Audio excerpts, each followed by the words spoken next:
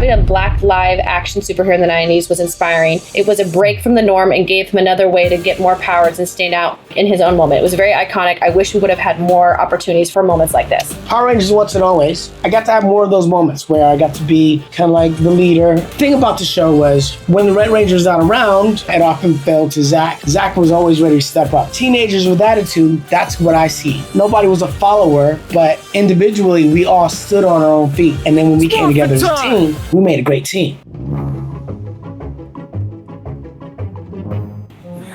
Oh my God! Because you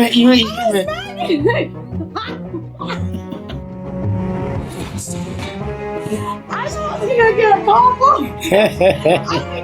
Okay, come on. Much prettier with Dana Carvey, though. Thank you.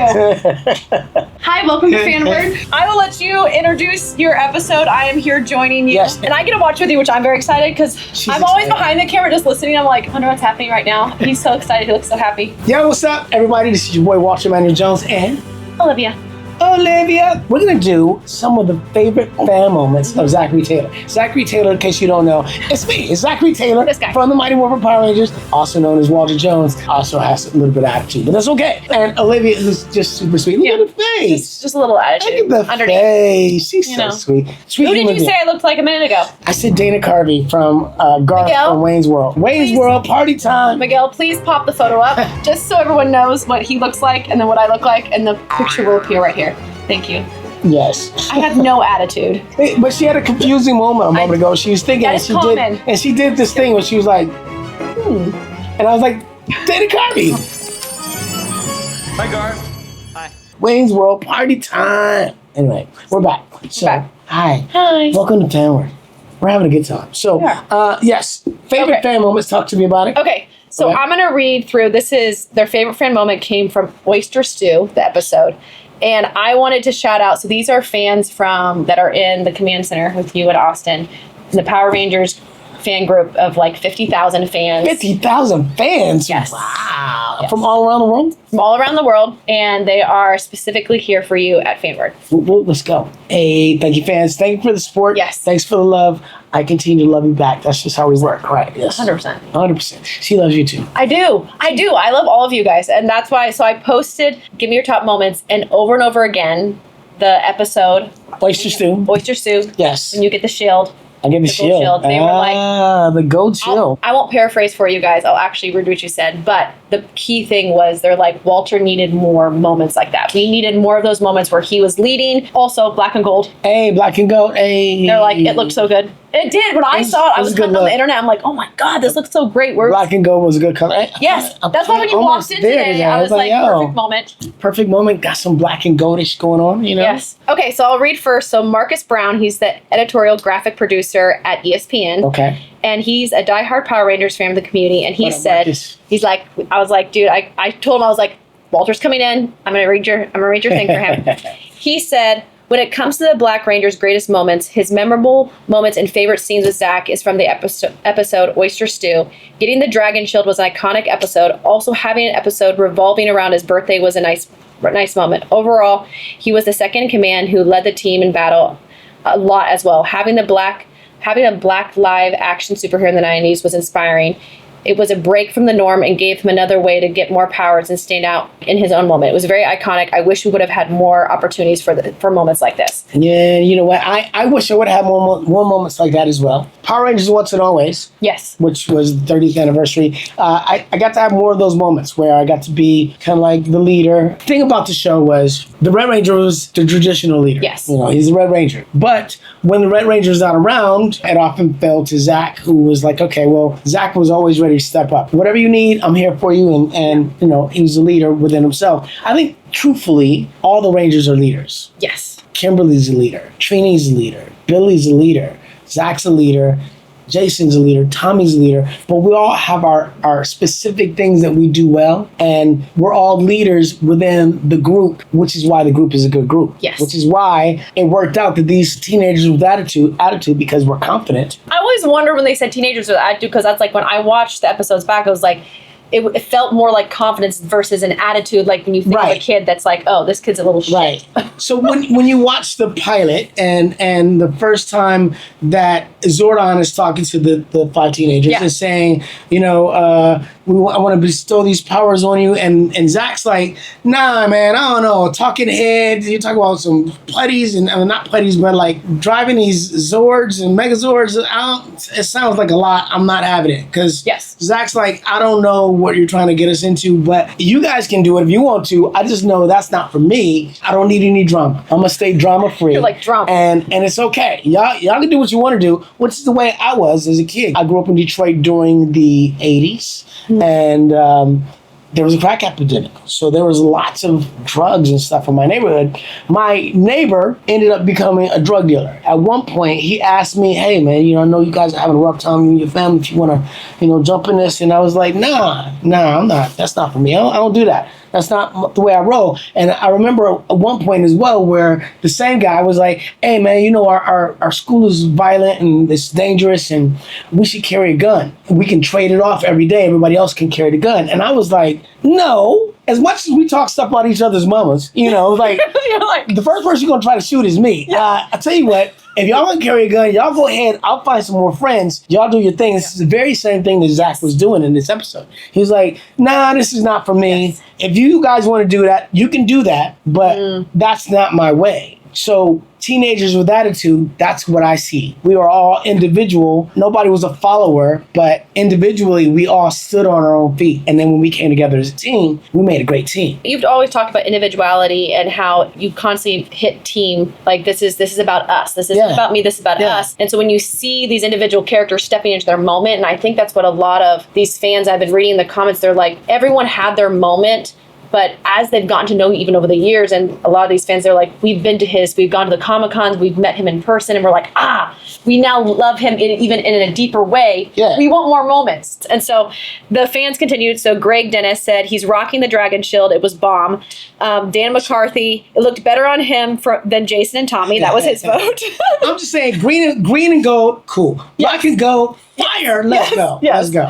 And then TJ, who I've seen him at Carmorphicon 2 years in a row, so I was like, okay, I know exactly who he is. He says, I've got a signed 8x10 of the Black Ranger Dragon Shield, and I agree, it is an awesome look. And so that's why I was like, I want to see the full. We need to. Someone make us something, please. What happened? I'm like, I want to see you. I had this moment. Listen. This is what happened in my head. They said, I love this. I instantly saw you in the black and gold, and I'm like, I need to see this. So my call to action is to all you cosplay creators out there. Can you please do me a favor? This isn't about Walter. This is about me. We're going to have a moment right here. This is back to Walter. Back to Zach. Can you please make a Gold Ranger black, like, whole shield thing for me so we can wear this while we're sitting here? Because I think it would look amazing. It would be fire. And get a cool necklace, like make them like do a necklace, get some jewelry. Okay, that's all. I digress. She's digressing. In this moment. So we are going to watch this episode. We are going to watch the episode, but before we do, we're going to watch the origins of the gold. Okay. Oh, so origins of the gold. So we're gonna watch it, and then we'll rewatch. Take me down the rabbit hole. Let's go. All right. Because it had so many healing powers when you got all the acid weird stuff, which I don't even know what was coming out of that animal. Yeah, it was gook. Acid gook. That's what it's called. Yeah, that's what it was. Like, it's very graphic. Yeah. I didn't know. I was like, I don't know what's happening right now. I don't know what's happening. Why is there stuff all over Zach? It was burning him. It was pink. It looked like bubblegum. It did. It was burning. Like and then Tommy gives him the shield. It heals, regenerates. Yeah. And then I got strong. But then Tommy got weak, and I had to come back and save him. Yes. Right. Okay. So we're going to do first the origins of this, and then we'll watch your guys' moment. Let's do some origins first. All right. Let's see. Ranger's Dragon Shield has a secret origin exclusive to the comics.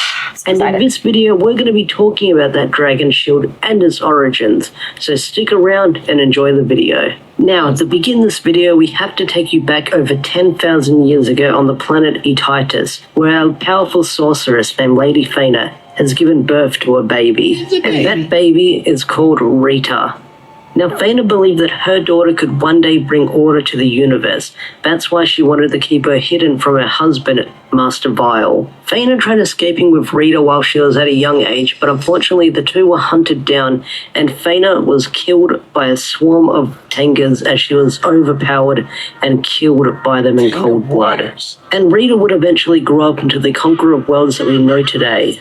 Flash forward a few years later, and Rita has assigned one of her minions, Lorian, to steal the green power coin from Ninja. He successfully steals the green power coin, but betrays Rita, morphing into the Green Ranger without the shield. That's right, without the shield. But because Lorian is not that special and able to control the power of the power coin, he is easily defeated by Rita. And Rita, not killing him, locks him in the Temple of Repulsa for many, many years. She looks for evil. over 1,000 years, where his body lays dormant, his skeleton holding over the So coin, dark. protecting it. Over 10,000 years later, Rita later returns to the planet Brielle to retrieve the green power coin. But because the coin's been dormant for so long and not been used, it's kind of like a used car battery. You know when you leave a car battery out in the sun and you don't touch it for so long it doesn't start? Skeleton That's is like, basically dang, the green son. power coin.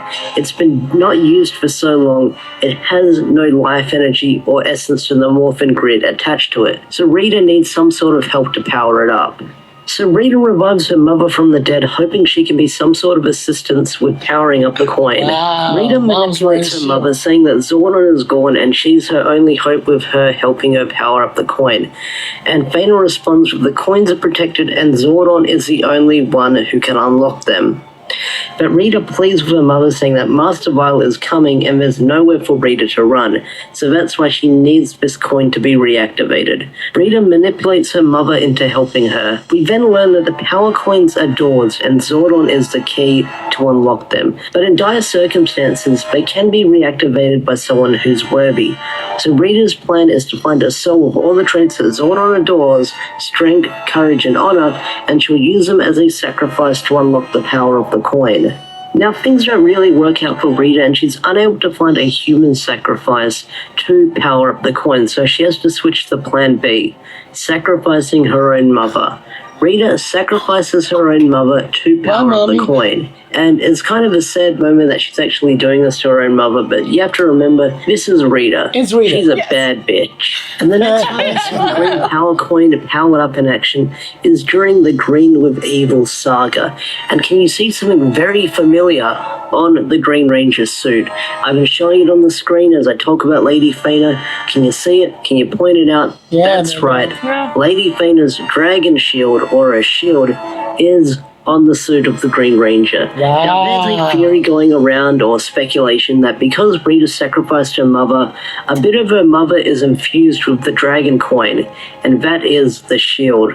The shield is a part of the outfit because of the sacrifice that Rita made. So the dragon shield isn't just a cool accessory for the Green Ranger, it's also a symbolism of Rita's mother and the sacrifice she made to power up the coin. But anyway guys, that's the origin of the dragon shield in Mighty Morphin Power Ranger.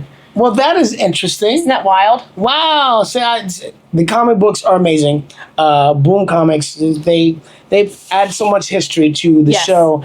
It allows you to explore the Ranger saga in a greater way, which is awesome.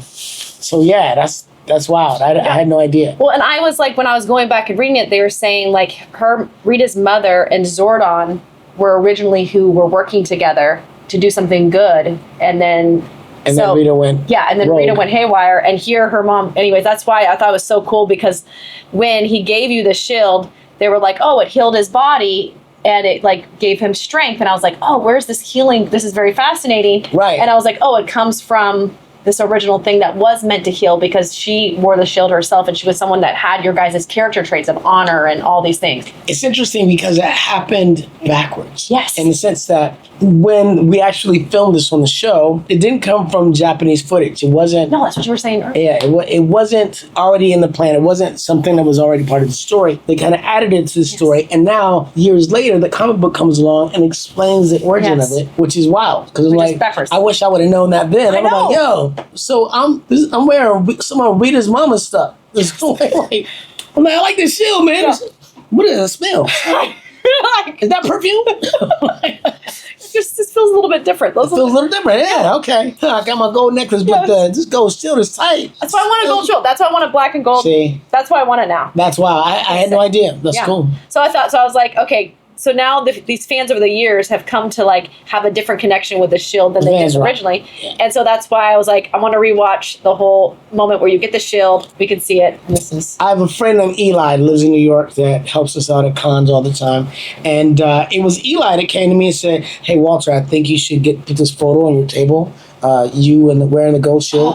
And I was like, oh, yeah, no, that's cool. It's like, no, I think the fans really love it. And then I don't think you know how much they love it because this was an important part of Rangers. Like, you were the first one to wear it. And I was like, yeah, I was, wasn't I? You know, so thank you, Eli, for bringing that attention to me. Yes. And it's very cool. And it's one of the favorite photos. So. Well, and that's where it was like, when I realized even watching the top moments that you watched before that were a lot more than the top 10. Yeah. But it ended on that moment because it was counting backwards. So that was the top. Definitely one of the top moments. And it did resonate because the fans would say, okay, all right, I'll let you watch. Oh, I didn't push start.